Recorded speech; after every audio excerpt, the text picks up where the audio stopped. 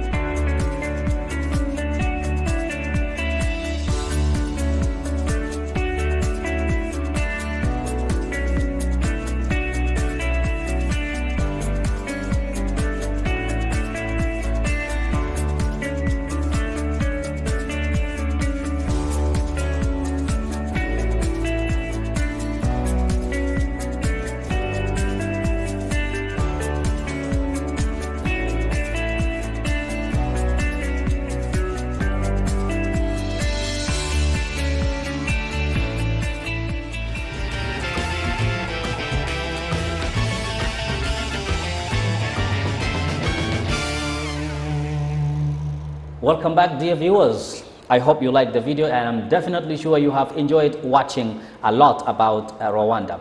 To bring you the story from the horse mouth, today with us, the head of the mission here in the Embassy of Republic of Rwanda in Khartoum, Mr. Abel Buhungu. We back to you. Do we know who are we talking to this morning? Thank you, Mr. Shakur. Like you correctly said, I'm the head of mission of Rwanda here in the Sudan. I represent my country here. And my name's like you correctly addressed me, I'm Abel Buhungu. I've been here for almost 2 years now. Oh, 2 years. That's right. And Rwanda as a country, if I may, is located at the heart of Africa. It's one of the 7 members of the East African Community, a member of COMESA, just like the Republic of Sudan is. Yes, we know that. The capital of Rwanda is Kigali. Okay. We are 26,300 kilometers in size, and the country is populated by about 13 million people. Okay, that's fantastic. We are landlocked, but air-linked. We have a number of international airlines that fly to Kigali and to other parts of the world. Okay. And more specifically, Rwanda Air goes to about 30 destinations, both on the continent and in other continents. As I've also seen that Rwanda Air flying to US. That's right. No, it was about to start flying to New York just before COVID set in. So it was halted a little bit. Okay. But we'll be flying there soon, I believe. But flies to other countries, China, the UK, Belgium, India, okay. And on the continent I can't list. It's south, east, north, west. That is very much. Central. Yeah, that's very good. Mr. Ambassador, if we would like to know much about Rwanda, from war to peace, and from destruction to building, as well as from bankruptcy to one of the fastest growing economy in Africa. We would like to learn the story of Rwanda, where Rwanda was in 1990s and today, how peace has been sustained. Well, let me begin just briefly by a bit about our pre-colonial period. Yeah. Rwanda existed as a kingdom right from the 11th century, as far back as that time. And it existed as a nation state up to the time of the colonial masters for over 700 years. We, before the colonials, were a united people. We had a homogeneous culture, one of the few countries in the world that speak one language. All of us speak only one language. Speak only one language. What is that language? Kinyarwanda. Kinyarwanda. By the way, we are, of course, after the colonial masters, we now have adopted languages like the phones. We are Francophone, we are Anglophone, but above all, we are Kinyarwandaphone. Yeah, Kinyarwandaphone. We all speak that language. That's a uniting factor, a big one. We had very strong Rwandan values, just as you do here in the Sudan, that helped us build the unity, helped us be as patriotic as we would wish to be. And once the colonial masters came and realized we were a nation state, even at the time they arrived, we had a standing army to defend the sovereignty of the nation. We had all the government structures you can think of today that we also have and you have. They realized it wasn't easy to rule and conquer over us. Okay. And they initiated the divide and rule policy. And the first thing they did was to disparage the Rwandan values, Rwandan culture, and even went to the extent of banishing the Itorero, which was our traditional school, that inculcated and nurtured the Rwandan values that include patriotism, discipline, hard work, you can name it. Good. After all that was done, we also note, you know, today you've heard, I'm sure, of what we call the ethnic groups in Rwanda. Yeah, the only people know that Rwanda has two ethnic groups who are fighting. Actually, in theory, after the colonialists invented them, they became three. They become three. They invented the ethnic groups, and there are three. It's only because the two are the most talked about. Yes. So essentially, the Hutu, Tutsi, and Twa were social classes back in history. So the Twa was created after the colonialists? No. The ethnic groups, all the three ethnic groups were created because before the colonialists, these were social classes. They were not ethnic groups. You can't talk of an ethnic group when you have a homogeneous culture, you all have one language, and you all stay across the same hills and mountains, valleys. There are no particular areas of Rwanda that are inhabited by one ethnic group or the other. We all stay across the hills and mountains. But they then, to execute or implement their divide and rule policy, which was meant to conquer us as a people, they carried out a social research back in 1930, a very demeaning social research. We have video evidence of the colonial masters measuring the length of the nose, the width of the forehead, the height of our people back in 1930. And on that basis determined that the average length of a nose for a Tutsi is that much, the one for Hutu is this much, the one for Twa is this much, and issued national IDs identifying us as Tutsi ethnic group, Hutu ethnic group, or Twa ethnic group. Within the ID card? National identity cards issued by the colonials back in 1932. Okay, that's good. And as we'll talk about it later, these national IDs that identified us as such were used later during the Saikiri killings that started back in 1959 and climaxed into the 1994 genocide against Tutsi.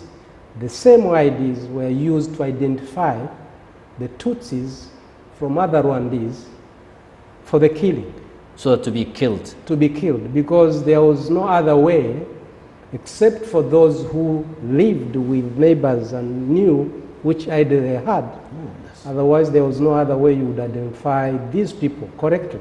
That was very tragic. But not stopping you, what has inspired and motivated the Rwandese to get across this very particular moment?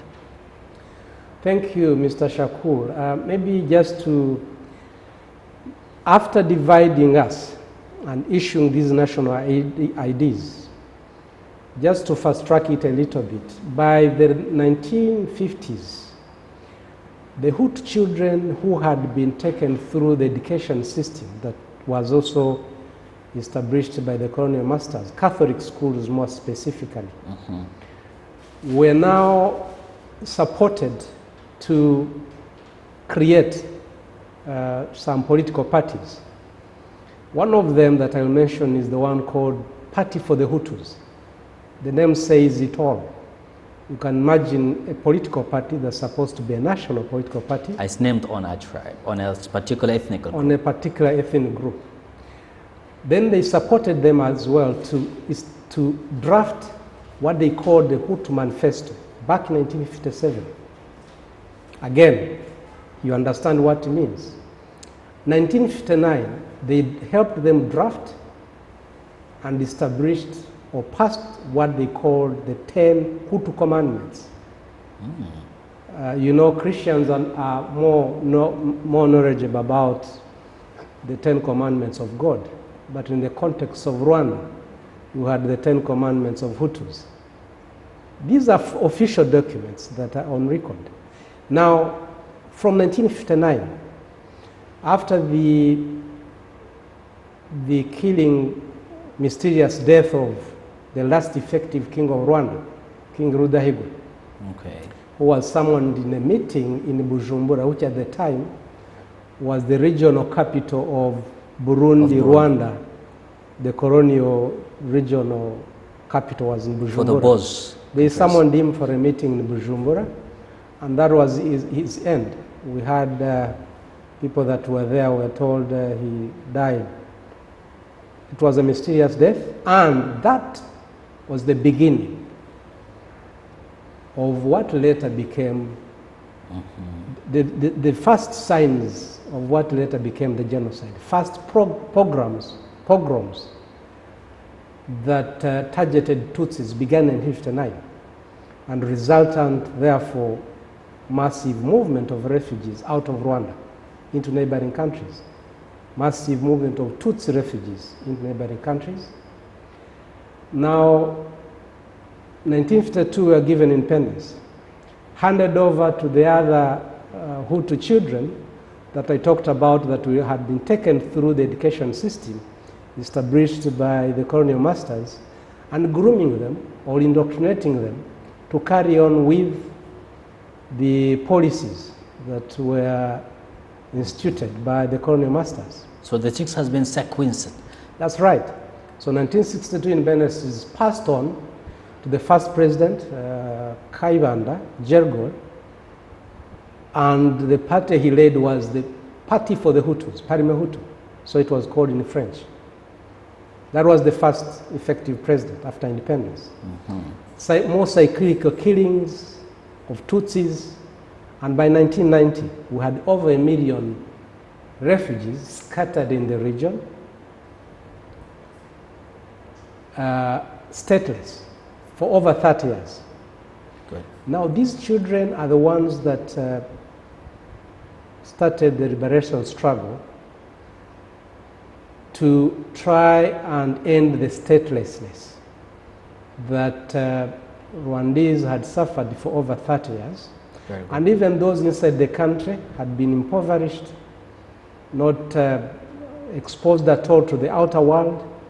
Getting a passport at the time was a big celebration. It was very restricted. Good. And only preserved for even education, a preserve for the inner circle of those that were in government. Very good. As we continue, before we stop here, Mr. Abel, we are going to have a small break, and then we will come back. Dear viewers, as we continue and dive into the history of Rwanda, we will get back to you.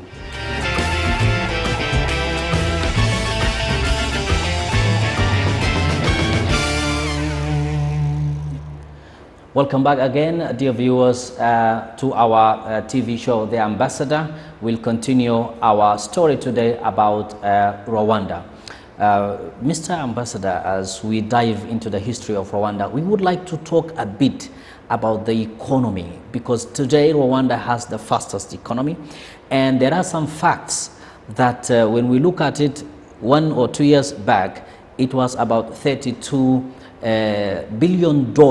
This is the GDP, but today it moved up to 40. That's exactly about 43% of difference from the World Bank economy report and the formal report that come from the Rwanda. So how Rwanda could be able to drive that fastest economy? Thank you, Mr. Shakur. Just maybe before I go to the economy, where we ended, we were about to liberate Rwanda. Okay. So the liberation struggle began on the 1st of October 1990. And this was aimed at Actually, one of the things was the country was impoverished, no exposure, and over 1 million of our people were stateless. We needed to work on a number of things, both political, economic, as well as diplomacy. So within 4 years, the country was liberated. But unfortunately, the same people that had killed, and of course, with the resultant refugees over the 30 years or so, planned to now cleanse Rwanda of all the Tutsis and anybody who opposed the ideology of genocide. Genocide began on the 7th of April, 1994, and was ended by the 4th of July, 1994. Within 100 days, over 1 million Tutsis had been massacred. Over 1 million? Over 1 million Tutsis had been massacred. Using roadblocks that were mounted across the country, using militias that were recruited as far back as 1992, called Interahamwe, trained and armed with traditional weapons, pangas or machetes imported from outside the country I don't want to mention here. Over 5 million pangas imported for that purpose. Radios, TVs, messages, official they were all promoting speeches by government, promoting hate and killings, national IDs that I talked about that identified people as Tutsi, Hutu, and Twa, used to target the Tutsis. That's how fast. That is the fastest genocide in the history. Okay. How does it end? It ended only thanks to the Rwandan Patriotic Front, the very one that I talked about that started the liberation struggle in 1990, okay. 1st October. Because the UN force that was deployed back in Rwanda in August of 1993, okay. after the government, then the genocidal government, had negotiated with the Rwandan Patriotic Front and agreed to share power in order to execute the political program of the RPF. So it was interested, certainly, the very reason why it had started the liberation struggle.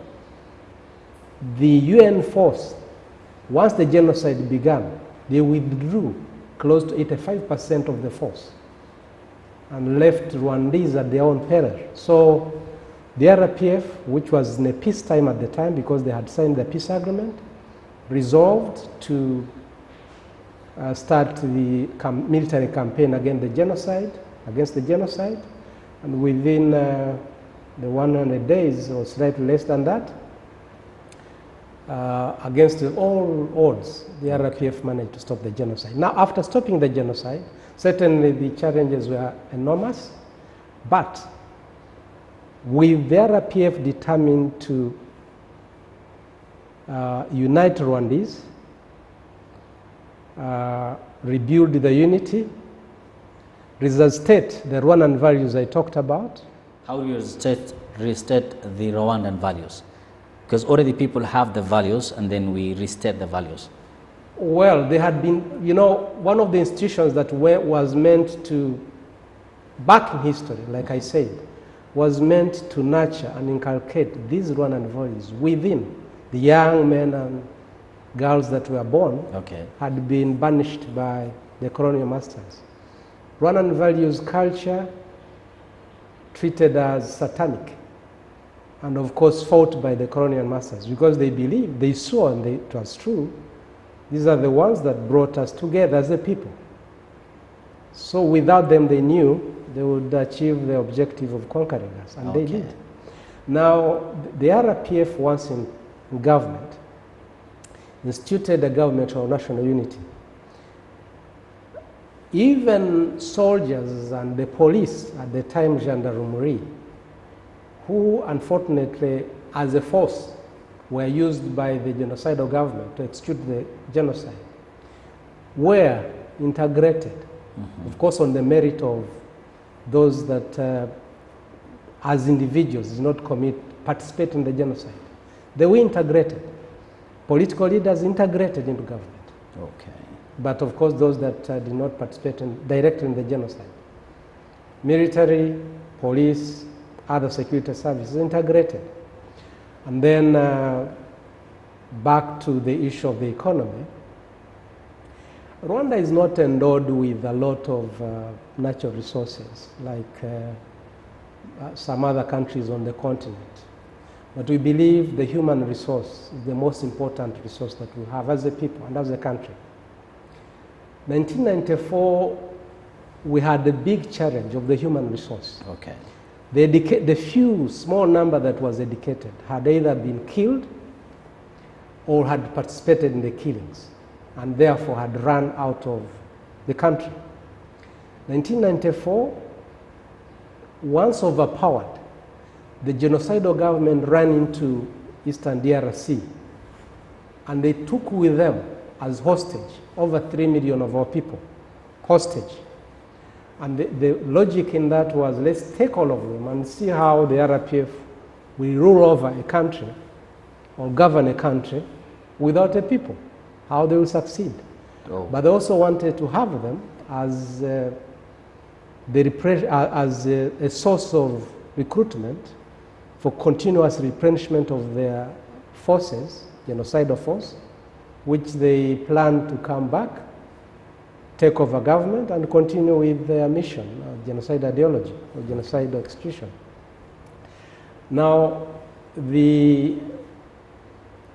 one of the priorities that the new government embarked on was education. I remember in 1999, back in 1999, just barely 5 years after the genocide, we had over 500 students sponsored by government in Indian universities. I actually had the opportunity to visit that time with our Minister of Education. We had over 200 students studying in different universities in South Africa. We had other smaller numbers of students studying in the US and European countries on government sponsorship. All these are on government sponsorship. And the purpose for this was to build a nucleus, critical mass that was needed to help us build the economy, work on the governance, and all other areas that we need. IT infrastructure or services. Very good.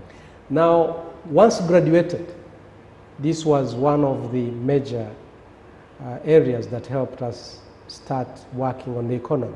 Good. In the year 2000, we promulgated our Vision 2020. And the Vision 2020, has it been achieved properly? By over 80%. Okay. That's right. Which ended in the year 2020. We now have Vision 2050. 2050. The Vision 2050, by 2035, it's envisaged we shall be a lower middle income country. By 2050, we shall be a high income country. Okay, that's good. We're working hard on that. Yes, working hard on that and looking at how we performed with our Vision 2050, rather 2020. We believe we shall achieve the stated objectives. We wish so that one. As one of the very important economic factors, I believe, in Rwanda also is the tourism. And the culture of Rwanda and the geography of Rwanda, and by Rwanda having named as a land of the southern hills, that may have contributed. And we see that Rwanda now offers free visa to every citizen from everywhere. Now, how could Rwanda build that tourism infrastructure? Well, like I said, Mr. Shakul, you know, by Vision 2020, our vision drives us to be a knowledge based economy. And one of the things we had to do at the onset was to make sure we build a very reliable ICT infrastructure. We laid the fiber optic across the country, and tourism was identified as one of the major drivers of our economy. In Rwanda? In Rwanda.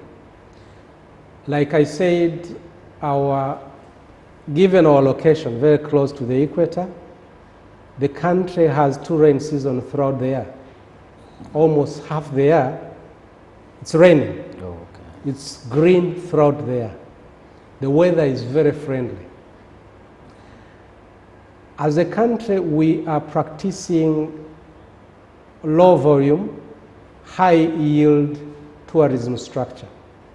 Tourism strategy, sorry. Low volume, high yield tourism strategy. Today, we have about 10 5-star hotels and boutiques across our country, as small as we are, where we didn't have one in 1994, not even a reliable one of a 5-star. And we have a wide range of other lower stars, from 4 stars downwards. One of the critical needs for you to get or to execute the low volume, high-end tourism strategy is to have reliable services, is to have very good infrastructure, hotels, road networks. We have road networks throughout the country. One of the best on the continent is to have security. Our security is very reliable. You can walk, drive throughout the night. Whether you're a lady or a gentleman, it doesn't matter. Security is guaranteed. Good. There is a question that will take us back to the economy, but looking at the culture, as we see some arts are here, that we talk about over 12 to 13 million people with the ethnicities that you have mentioned. How diversity of Rwanda uphold that peace vision and then continue together as people connect the culture with tourism and then culture with the economy? Well, I don't know whether I got that question properly. Can you repeat it again? I'm saying we look at the number of the population in Rwanda from 12 to 13 million people. Definitely these people include the ethnicities that you have spoken about. How would the diversity of Rwandese help and support the economy and the culture? You know, as far as culture is concerned, and talk about the ethnicity, once after the liberation, the national IDs I talked about that were ethnic were abolished. Okay. We now have one national ID that identifies us as Rwandan, born by these parents, and that's it. So we no longer have the 3 ethnic groups. We have only Rwandese. We have Rwandese. But remember, I told you we have a very rich culture as a people. Okay. Even in the tourism that we talk about, we have, for example, you might have seen the video, I believe, what we call Inyambo, the cows. You know, traditionally cows... yes, I'll see that one. Meant a lot in our country, with the big horns. Big horns. Yes, and very elegant, if you saw. They are. Sometimes even with, you know. So we have museums laid across the country that show the diversity or show a lot about our culture. We have our history. Unfortunately, a bit of the history is very terrible. Very the good. genocide I talked about. Good. But it's also important for people to know. You can't know where you're going if you don't know where you're coming from. Good, very, very wonderful. Well, we are captured by time. But before we conclude, we have a question that related to the economy. As we've spoken about the corruption, how does Rwanda Authority fight corruption, as we know that in Africa, corruption has been always the driven factor of underdevelopment. So how will the corruption has been fought? Very important. Just to add on the tourism aspect, Rwanda is one of the biggest hosts of big conferences and meetings, if you may have noted. Definitely. Rated second on the continent. And because, of course, of the infrastructure we put together. And because we've identified tourism as a major driver of our economy. We are also now a sports tourist destination. I'm sure you've noted, if you've noticed, Rwanda has lately been hosting the NBA Africa League in one of the very ultra-modern indoor stadiums. All right, that's fine. Indoor sports stadiums built in Rwanda. Now, on the corruption aspect, you know, like I said, Rwanda is not so much endowed with lots of natural resources. We have some minerals, but not as much as certain other countries. And one of the strategies we've used to grow our economy is to make sure we have institutions and laws that prevent corruption. We have zero tolerance to corruption. 2 days ago, one of our ministers has been was actually served with 5 years sentence. I have noticed that. That's right. And so for us, when it comes to corruption, it's zero tolerance, whoever you are.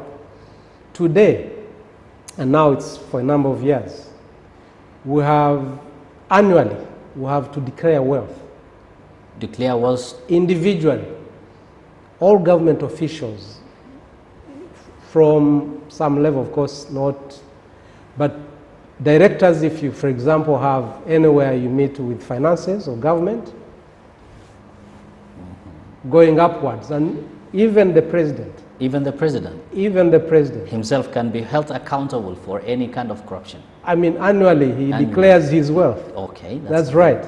So all government leaders and officials great annually declare their wealth.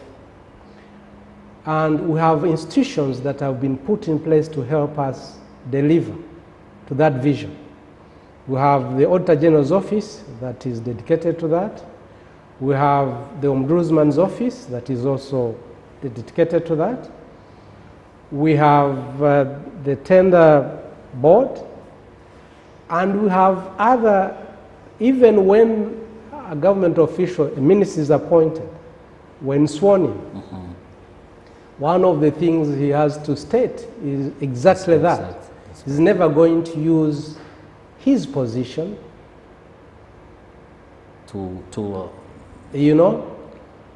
position to individually benefit themselves. Okay, that's using the position they're having. good. That's right. So if you go against that, the long arm of the law catches up with you. You will be in dilemma. That's very wonderful and very good, Mr. Ambassador. Now, as we are running out of time, what do you conclude with to the world and to the Sudanese, especially people who are watching you right now, that how should they view Rwanda? And what is your message to the people and to the world about Rwanda? Well, Rwanda has had a very bad history. We learned our lessons, and from those lessons, we also picked policies that you can read today. For example, I'm sure you're aware Rwanda participates in peacekeeping missions, UN peacekeeping missions. Definitely. I believe until 2021, the RDF, Rwanda Defense Force contingent, was part of UNAMID. Actually, the very first country that deployed their forces in UNAMID back in 2006. In Darfur, Sudan. That's right. We have today forces in Mozambique, okay, supporting the Mozambican forces to fight terrorists that are there. We have forces that are in Central African Republic doing the same thing. That's a lesson learned, because we believe that just as we tested what absence of security meant to us, we need to support other brothers on the continent and beyond when we can, to help out, achieve that objective of getting peace. Because without peace, it's difficult to achieve development, which we all aspire to as a country, Rwanda, Sudan, and all other countries. Now, one other lesson, of course, I would say, is that because we suffered from bad governance, one of the things we have tried to do as a country, as a government, is to make sure we are fair. Our government is people-centered. All our national policies are always geared towards serving the people, because we believe our government was put there by the people. The liberation struggle itself was supported fully by people, our citizens, both from within the country and among those that were refugees. That is very good. For over 30 years. So we work for our people. And one of the ways of working for people is to make sure that even the taxes they pay do not go into other people's pockets. It goes to the service of the people. It goes to the service of the people. As we're coming to the end, Ambassador, we would like to thank you for being with us and talking to our show. And it's now it's an opportunity for you to, as you are head of the mission in Sudan, your impression and your word to Sudan and to the Sudanese people as you become one of the community here. Thank you, Mr. Shakur. You know, Rwanda and Sudan have a lot in common, both in history as well as the aspirations we have for our people, for the future. I'm first of all encouraged and commend the ongoing rapprochement between the leaders of the Sudan and the different political stakeholders to try and peacefully and sustainably resolve the ongoing conflict situation that has bedeviled the country for a while now. I appreciate and can never really attach as much value as I should to the manner in which Sudanese are very welcoming, very compassionate, and very friendly people. I've loved the food and drinks here. The foods, what food? And I'll give some examples. I love the fish in Sudan. Fish in Sudan. Okay. I love some of the drinks, you know, hibiscus. Yeah, the karkade. Karkade, oh, that's yeah, right. That's love fantastic. it. I love the fruits. You have very beautiful fruits. And I must say, you know, the other very attachment I have that I always believe we should be emulating is the very close family ties the people in Sudan have. Okay. Very strong family values. I always never get used to what I see, including buildings, how people build and families are together. You drive around or walk around, you see people sitting together, drinking tea in groups, small groups. Yes, and the tea makers. Very beautiful. Well, that's good. Very close social ties, both in families, but as well as how you welcome people from outside like myself. Oh. My stay here has been very fulfilling, and I look forward to more time here and with the Sudanese. Well, by that, thank you so much, Mr. Ambassador Abel Buhungu, the head of the mission of Rwanda in Sudan. And dear viewers across the world, thank you so much for watching, and thank you for being part of the English show here. This is The Ambassador.